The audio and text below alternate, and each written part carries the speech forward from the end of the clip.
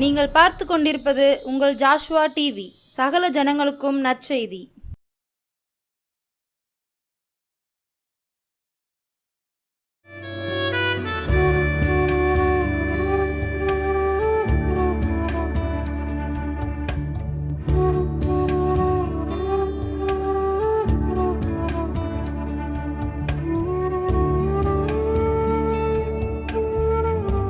Praise the Lord.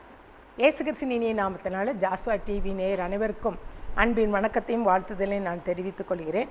இந்த நாளில் கூட நம்ம கதையின் மூலமாக நம்ம கற்றுக்கொள்ள வேண்டிய காரியங்களை கற்றுக்கொள்வதற்கு ஏசப்பா பரத்திலேருந்து எனக்கு உதவி செய்யுங்கன்னு சொல்லி ஆண்டு சமூகத்தை நம்ம கேட்போமா? அப்படி தலைகளை தாழ்த்தி ஆண்டு சமூகத்தில் ஏசப்பா இந்த ஜாஷ்வா டிவியின் மூலமாக இத்தனை வருடங்களாக இந்த அநேக கதைகளை நாங்கள் கேட்டிருக்கோம்ப்பா, அநேக சத்தியங்களை நாங்கள் கேட்டிருக்கிறோம் தகப்பனே. இதன் மூலமாக எத்தனையோ காரியத்தில் உங்களுடைய வசனத்தின்படி எங்களை நடத்தி வந்தீரப்பா. அந்த சத்தியத்தில் நடப்பதற்கு எங்களுக்கு உதவி செய்தீரப்பா. அதுக்காக ஆண்டவருக்கு நம்ம நன்றி சொல்லுவோமா? இதோ புதிய வருடத்துக்கு நாங்கள் பிரவேசிக்க போகிறோம். ஆண்டோடைய பிறப்பின்படி உற்சாகமாக கொண்டாடி முடித்து விட்டோம். இனிமேல் புதிய வருடத்துக்கு நம்ம பிரவேசிக்க போகிறோம். ஏசப்பா, இந்த புதிய வருடங்கள் எங்களுக்கு ஆசீர்வாதமாக இருக்கட்டுமாப்பா. ஆண்டு சமத்தில் கேளுங்க, கெஞ்சு மண்டடிக்காளுங்க. காலங்களையும் சமயங்களையும் பார்க்கும்போது எப்படி நடக்க போதோ இந்த வருடம் என்று ஒருவேளை நீங்கள் பயத்தோடு கலக்கத்தோடு இருக்கலாம்.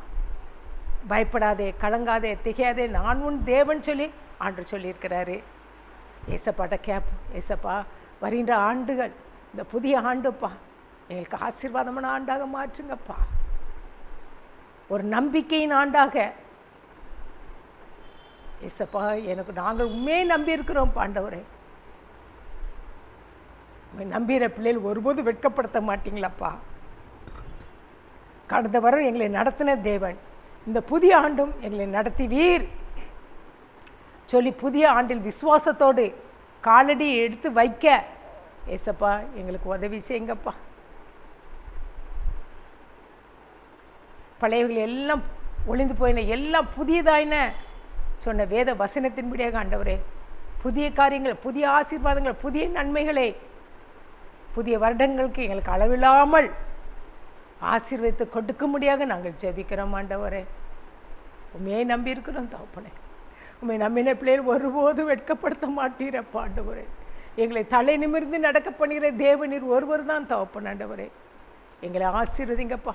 எங்களை அப்படியே தலைகளை தாழ்த்தி எங்களை முழுமையாக தாழ்த்தி உடைய சமூகத்தில் ஒப்பு கொடுக்கிற ராஜா. இந்த புதிய ஆண்டு புதிய ஆசீர்வாதங்கள், புதிய நன்மைகள், புதிய கிருபைகளை எங்கள் மேல் பொழிந்தருளும்படியாக செபிக்கிறோம் ஆண்டவரே. ஒருவேளை ஊழியத்தின் பாதையில் இருக்கலாம், பிள்ளைகளுக்காக, குடும்பங்களுக்காக, குடும்பத்தின் மேலும் ஊழியத்தின் மேலும் இன்னும் தன்னுடைய வியாபாரத்தின் மேலும் அளவில்லாத ஆசீர்வாதங்களை ஊற்றும்படியாக செபிக்கிறோம் ஆண்டவரே. ஏசப்பா, அப்படிப்பட்ட வல்லமையான காரியத்தை இந்த ஜாஷ்வா டிவியின் மூலமாக எல்லா நிகழ்ச்சிகளையும் பார்த்து கொண்டிருக்கின்ற ஒவ்வொரு குடும்பத்தின் மக்களையும் அதிகமாக நீர் ஆசீர்வதிக்கும்படியாக இந்த புதிய ஆண்டு புதிய நன்மைகள், புதிய கிருபைகளை அளவில்லாமல் அனுதினமும் ஊற்றி நடத்தும்படியாக ஜெபிக்கிறேன் தகப்பனே. இந்த நேரம் முழுவதும் நீங்கள் பொறுப்படுத்திக் கொள்ளுங்கப்பா. பிள்ளைகள் கேட்ட சத்தியத்தின்படி நடப்பதற்கு உதவி செய்யுங்கப்பா. ஆசீர்வதியும் வளர்த்துங்க. இயேசு மூலம் ஜெபிக்கிறோம் நல்ல பிதாவே, ஆமென்.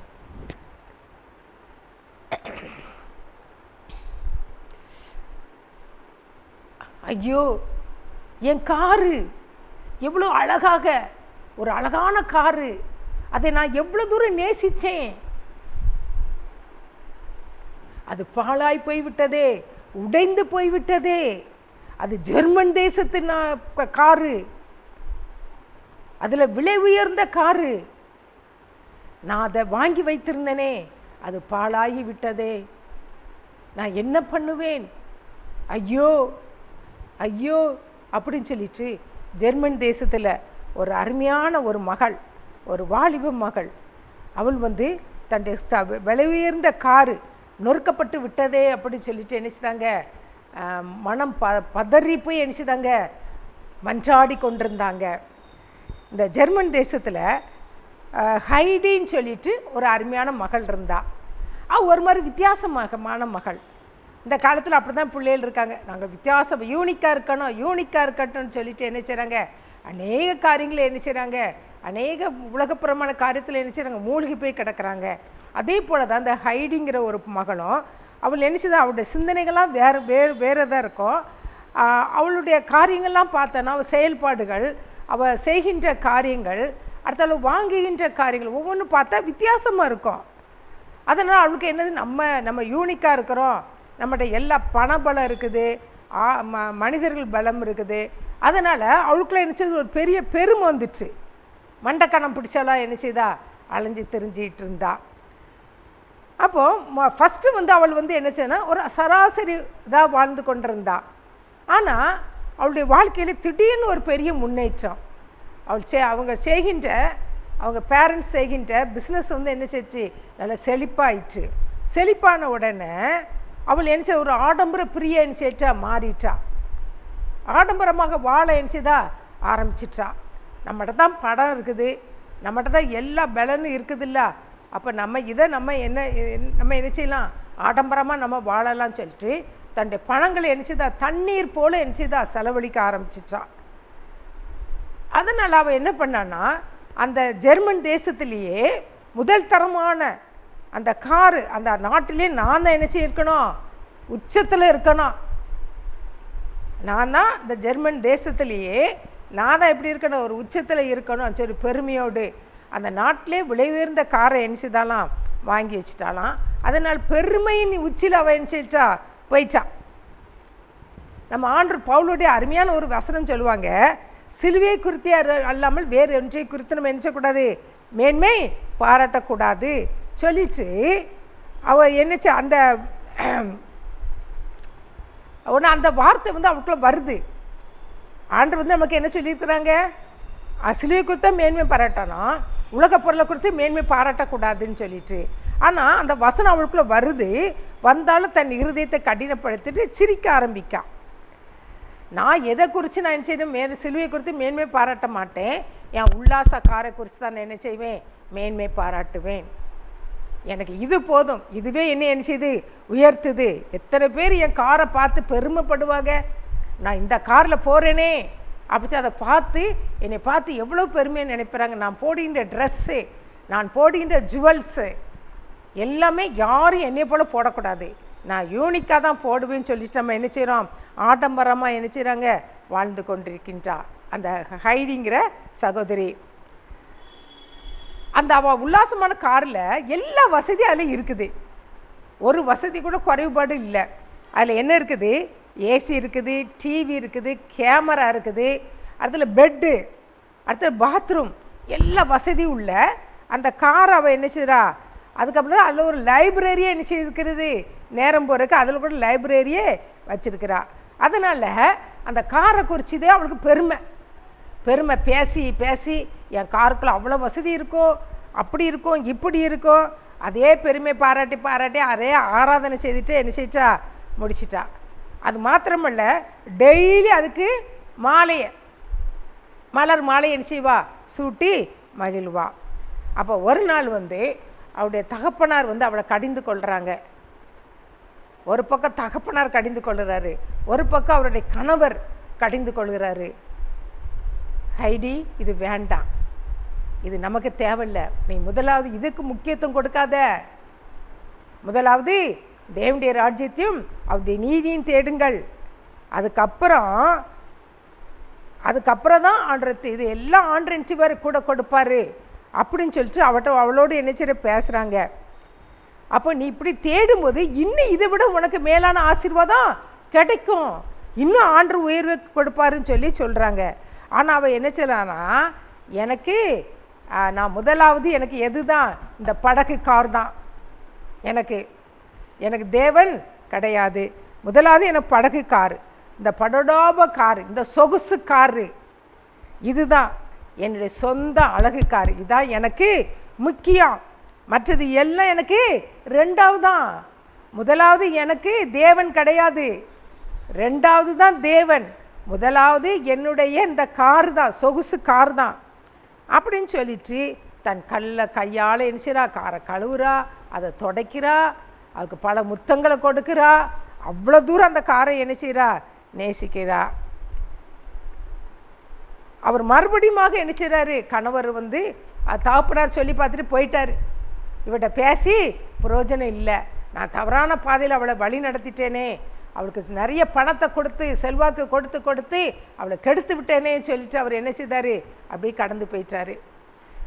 அதுக்கப்புறம் கணவர் மறுபடியும் சொல்கிறாரு, இன்றைக்கு சாயந்தரம் ஒரு மாலையில் ஒரு ஜபக்கூட்டம் இருக்குது, ஒரு ஆராதனை இருக்குது, பெரிய பிரசங்கர் பிரசங்கிக்க வராரு, வா நம்ம என்ன செய்வோம், அந்த இடத்துக்கு நம்ம என்ன செய்வோம், போவோம் அப்படின்னு சொல்லி நிறைய சத்தியங்கள் அவர் என்ன செய்வார், சொல்லுவார்.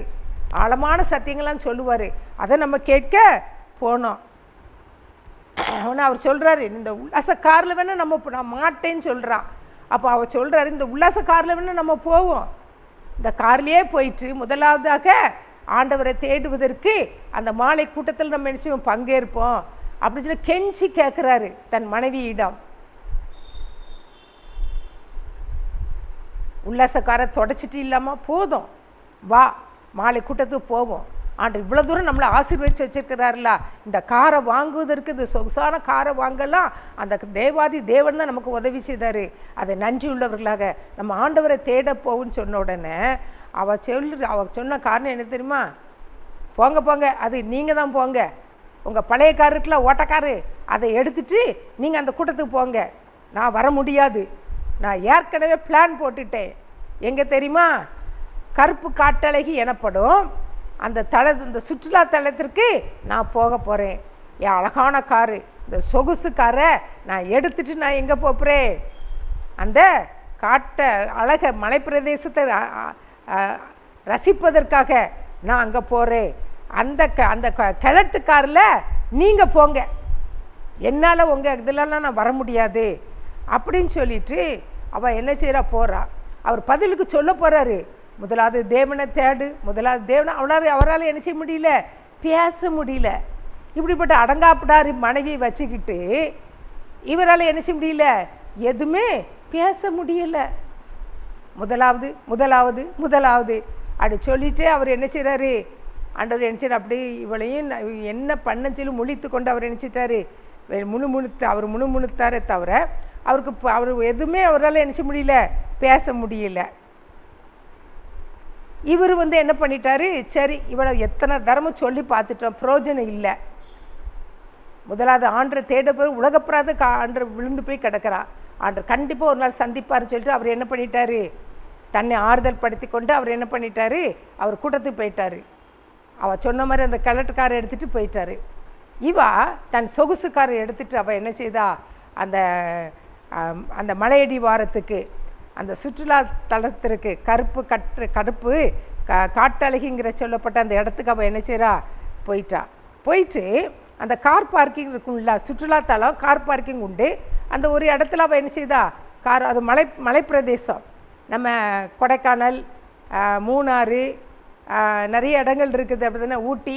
அதே போல் அந்த இடத்துல போய் காரை ஒரு பக்கம் நிறுத்திட்டு அதை அழகாக ரசித்து கொண்டிருக்கிறா.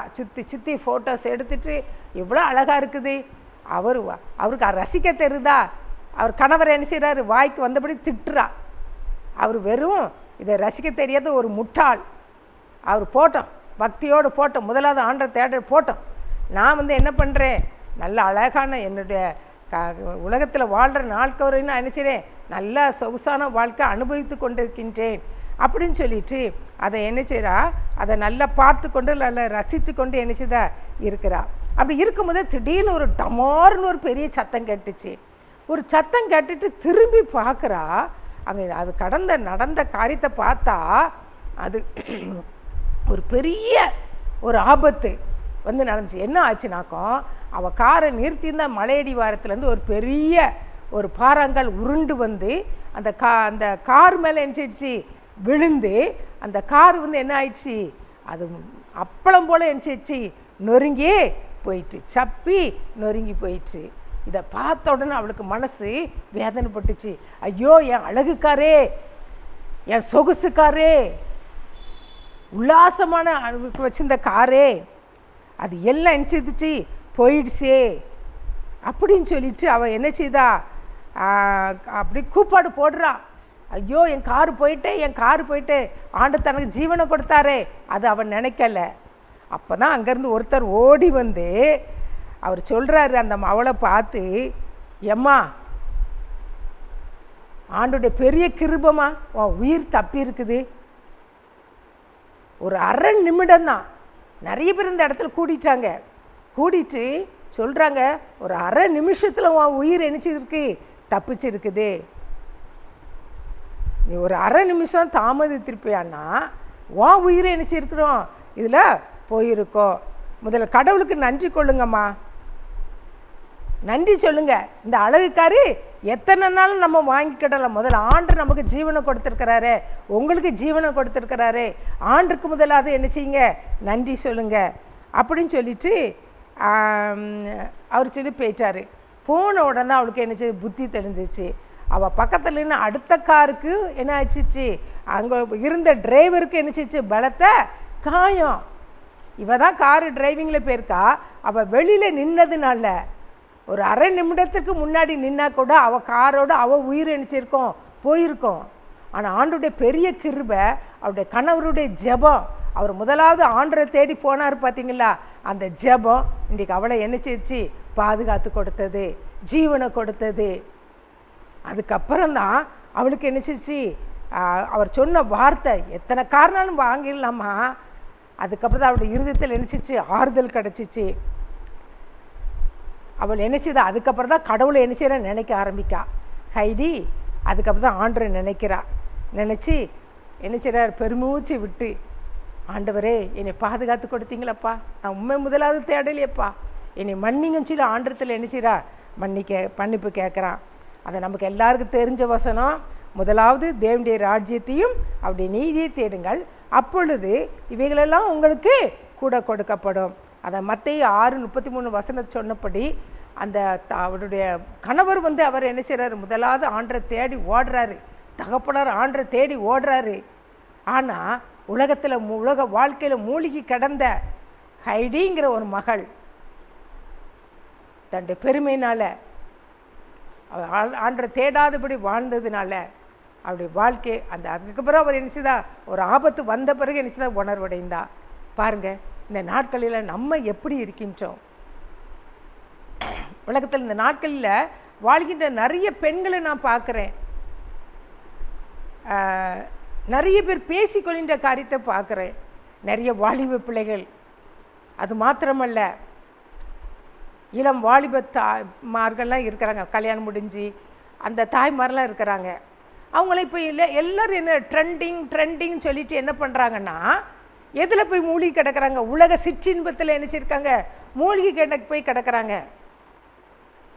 நம்முடைய வாழ்க்கை எப்படிப்பட்ட வாழ்க்கையாக இருக்கணும், நல்ல செழிப்பான வாழ்க்கை, பணம்னு சொல்லி பார்க்காதபடி, நான் மற்றவர்களை காட்டினும் நான் யூனிக்காக இருக்கணும், என் ட்ரெஸ்ஸு யூனிக்காக இருக்கணும், நான் போடுற நகை யூனிக்காக இருக்கிறோம், நாங்கள் வாங்குகிற காரு யூனிக்காக இருக்கணும், நான் கட்டுற வீடு யூனிக்காக இருக்கணும், எல்லாரையும் காட்டிலும் நான் தான் நிறைய லேண்டு, அதோடு நான் என்ன செய்யணும், பலத்தோடு நான் என்ன செய்யணும், இருக்கணும், யூனிக்குன்னு சொல்லிட்டு தன்னுடைய பணங்களை வீணாய் விரயமாக செலவழித்து கொண்டு குடும்பத்தில் அதிக பிரச்சனை உண்டு பண்ணி கொண்டு எத்தனை பெண்கள் வாழ்ந்து கொண்டு இருக்கின்றோம்.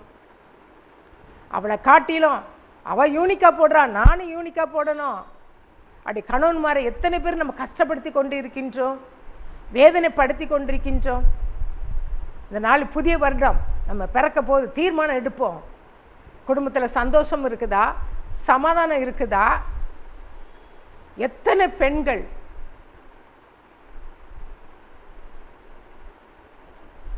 தங்களுடைய வாழ்க்கையை கெடுத்து கொண்டு பெருமை,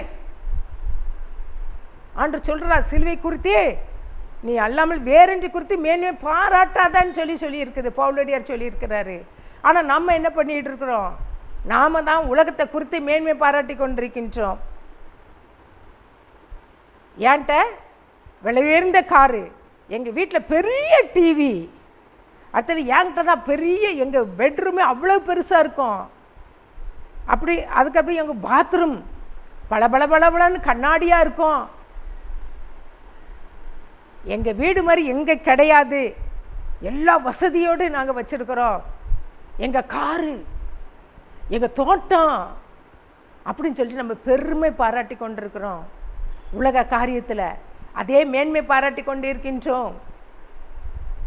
எதை குறித்து நம்ம மேன்மை பாராட்டுகின்றோம்? இயேசுவை குறித்து நம்ம மேன்மை பாராட்டி கொண்டிருக்கிறோமா? தீர்மானம் எடுப்போம். இந்த புதிய வருடத்தில், ஏசப்பா நான் என் பெருமை, என் உலக வாழ்க்கை நான் மூழ்கி போய் கிடக்கிறேனே, வேண்டாம். என் பணத்தை, நேரத்தை எல்லாத்தையும் செலவு பண்ணி கொண்டிருக்கின்றேனே உலகத்திற்காக, என் பணத்தெல்லாம் விரயம் பண்ணி கொண்டிருக்கின்றேனே, வேண்டாம். யூனிக்குன்னு சொல்லிட்டு பிள்ளைகளையும் அந்த பாதைகளை, அவர்களையும் அந்த பாதையில் நடத்துகின்ற காரியங்கள். நீ போட்டிருக்க ட்ரெஸ் தான் யூனிக்காக இருக்குது, நீ நல்லா இருக்கா, நீ அப்படி இருக்கா இப்படி இருக்கான்னு சொல்லிட்டு நம்ம பிள்ளைகளும் நம்ம நினைச்சிடும் கெடுத்து கொண்டு இருக்கின்றோம். வேண்டாம். இந்த நாளில் நம்ம தீர்மானம் எடுப்போமா? தாழ்மையோடு இருப்போமா? பெருமை வேண்டாம். தீர்மானம் எடுப்போம். நம்ம எதை குறித்து நம்ம மேன்மை பாராட்டி பெருமைப்பட்டு கொண்டிருந்தோமோ, இந்த புதிய வருடத்தில் நம்ம புதிய தீர்மானம் எடுப்போம். வேண்டாம். அமைதியோடு ஆண்டவர் கொடுத்த வாழ்க்கைக்காக ஆண்டவருக்கு நன்றி சொல்லி, ஆண்டவர் கொடுத்த இவ்வளோ வசதிகளுக்காக ஆண்டவருக்கு நன்றி சொல்லி, முதலாவது தேவனுடைய ராஜ்யத்தை நம்ம என்ன செய்வோம்? தேடுவோம். அவருடைய நீதியை தேடுவோம். இவைகளெல்லாம் நமக்கு என்ன செய்வோம்? ஆண்டவர் கண்டிப்பாக என்ன செய்வாங்க? கொடுப்பாங்க. நம்ம இருதய கடினம் வேண்டாம். உலக சிற்றின்பத்தில் மூழ்கி உலக வாழ்க்கை வாழ்ந்து நம்முடைய வாழ்க்கையை நம்ம என்ன செய்யணும்? சீரழிக்க வேண்டாம். இந்த நாளில் தீர்மானம் எடுப்போம். இந்த தீர்மானத்தின்படி என்ன செய்வோம்? நடப்போம். முதலாவது நம்ம யாருக்கு இடம் கொடுக்குறோம்? உலகத்தின் காரியத்தை இவ்வளோ நாளும் பெருமையை பாராட்டி தெரிந்தவர்களாக இருந்தாலும், யாராக இருந்தாலும், ஏசப்பாட்ட தீர்மானம் எடுங்க. ஏசப்பா போதும்ப்பா, நான் உலகத்துக்காக வாழ்ந்த வாழ்க்கை போதும்ப்பா, இனி ஏசப்பா நான் தீர்மானம் எடுப்பேன்ப்பா, உமக்காக வாழுவேன் ராஜா, உங்களுடைய சிலுவை குறித்து தான், உங்களுடைய அன்பை குறித்து நான் மேன்மை பாராட்டி தெரிவேன், எனக்கு அது போதும், அதான் நம்மளை பரலோகத்தில் சேர்க்கும். நீ யூனிக்காக காரை வைக்கலாம், யூனிக்காக ட்ரெஸ் போடலாம், யூனிக்காக ஜுவல் வாங்கலாம், யூனிக்காக பிள்ளைகளை கூட நீ வளர்க்கலாம். என் பிள்ளைகிட்ட தான் எல்லா டேலண்ட் இருக்குன்னு சொல்லி வளர்க்கலாம். அது ஒரு நாள் பரலோகத்துக்கு வராது. நீ என்றைக்கு தன்னை தாழ்த்தி ஆண்டு சமூகத்தில், ஏசப்பா அந்த பெருமையெல்லாம் போட்டு நான் தாழ்த்தி, ஏசப்பா நீர் போதும், உங்களுடைய சிலுவையை குறித்தே நான் என்ன செய்வேன்? மற்றவருக்கு நான் பறைசாற்றுவேன்னு சொல்லி சொல்லும்போது அதான் நம்மளை என்ன செய்வேன்? பரலோகத்துக்கு கொண்டு செல்லும். அப்படி கண்களை மூடி ஆண்டு சமூகத்தில், ஏசப்பா நீ சொன்ன உங்களுடைய கதையின் மூலமாக கேட்ட சத்தியத்தின்படி எடுத்து நாங்கள் எடுக்க தீர்மானம் எங்களுக்கு உதவி செய்யுங்கப்பான்னு சொல்லி கேட்போம்மா. எடுங்க, தீர்மானம் எடுங்க. புதிய வருடம் பிறந்துடுச்சு, பிறக்க போகுது. இன்னும் 2 நாட்கள் தான் இருக்குது. அதுக்குள்ளே புதிய தீர்மானங்கள் எடுங்க. எல்லாரும் தீர்மானம் எடுங்க. பார்த்து கொண்டிருக்கின்ற, கேட்டுக்கொண்டிருக்கின்ற எல்லாருமே தீர்மானம் எடுங்க. முதல்ல ஆண்டுக்கு நன்றி சொல்லுங்க. 25 வருடங்களும் எங்களை கண்மணி போல பாதுகாத்தீரேப்பா. நமக்கு எத்தனை வயசோ அத்தனை வயசு வரையும் ஆண்டு நம்ம ஜீவனை கொடுத்தாரே. எந்த குறைவில்லாதவர் நடத்தி வந்தார், நம்ம தேவையெல்லாம் சந்தித்தாரே. அதுக்கு நன்றி சொல்லுவோம் முதலாவதாக. அதுக்கப்புறம் நம்ம தேவைகளை தீர்மானம் எடுங்க. அதுக்கு நம்மளுடைய பாவங்களை, நான் இவ்வளோ தூரம் நான் பெருமையாக வாழ்ந்துட்டேனே, யூனிக்குன்னு சொல்லிட்டு நான் பெருமையாக வாழ்ந்து என் எல்லாவற்றையும் வீணடிச்சிட்டேனே, என் பணம், என் கல்வி, செல்வம், என் ஞானம் எல்லாவற்றையும் நான் வீணடிச்சிட்டேனே, என்னை மன்னிங்கன்னு சொல்லி கேளுங்க. அடுத்தபடியாக தீர்மானம் எடுங்க. முதலாவது ஆண்டுக்கு நன்றி சொல்லுங்க. அடுத்தபடியாக 2வதாக மன்னிப்பு கேளுங்க. ஏசப்பா நான் இவ்வளோ தூரம் உண்மை அறியாதபடி, உண்மை தேடாதபடி வாழ்ந்து விட்டேனே சொல்லி மன்னிப்பு கேளுங்க. 3வதாக தீர்மானம் எடுங்க. என்னுடைய பெருமை, என்னுடைய அகம்பாவம் எல்லாவற்றையும் நான் எடுத்து போட்டு நான் நான் நினச்சிவேன், புதிய தீர்மானத்தோடு வாழுவேன். முதலாவது ஆண்டவரை தேடுவேன். இந்த வருடத்தில் ஆண்டவரை தேடி நன்மையானதை பெற்றுக்கொள்வேன்னு சொல்லி தீர்மானம் எடுங்க. தீர்மானத்தின்படி நடப்பதற்கு எனக்கு உதவி செய்யுங்கன்னு சொல்லி கேளுங்க. அன்பின் பரலோக பிதாவே, இந்த அருமை நேரத்துக்காக நன்றி செலுத்துகிறோம் ஆண்டவரே. இந்த நாளில் எங்களோடு பேசின உடைய வசனத்துக்காக, வார்த்தைகளுக்காக நன்றி செலுத்துகிறோம் ஆண்டவரே. இந்த புதிய வருடத்தில் புதிய நன்மைகள், புதிய ஆசீர்வாதங்களை பெற்றுக்கொள்ள கிருபை தாங்க ராஜா. அது மாத்திரமல்ல, ஜாஸ்வா டிவி நேயர் அனைவருக்கும் இந்த புத்தாண்டு ஆசீர்வாதம் ஆண்டாக மாற்றி கொடுக்க முடியாது ஜெபிக்கிறோம் ஆண்டவரே. அதே போல் இந்த ஊழியத்தை செய்கின்ற பிள்ளைகளையும் ஆண்டவரே, ஜாஸ்வா டிவி ஊழியத்தில் இணைந்து ஆண்டவரே இயேசுப்பாதை நடத்துகின்ற பிள்ளைகளை, அவங்க குடும்பங்களே அப்பா எல்லாரையும் பெற்றோரை எல்லாரும் நீர் ஆசீர்வதிக்க முடியாது ஜெபிக்கிறோம் ஆண்டவரே. இந்த புதிய ஆண்டு அவர்கள் ஆசீர்வாதமான ஆண்டாக, நன்மையான ஆண்டாக, ஒரு நம்பிக்கை ஆண்டாக நீர் மாற்றி கொடுக்க முடியாது ஜெபிக்கிறோம் ஆண்டவரே. ஆசீர்வதியும் நடத்த இயேசு மூலம் ஜெபிக்கிறோம் நல்ல பிதாவே, ஆமென்.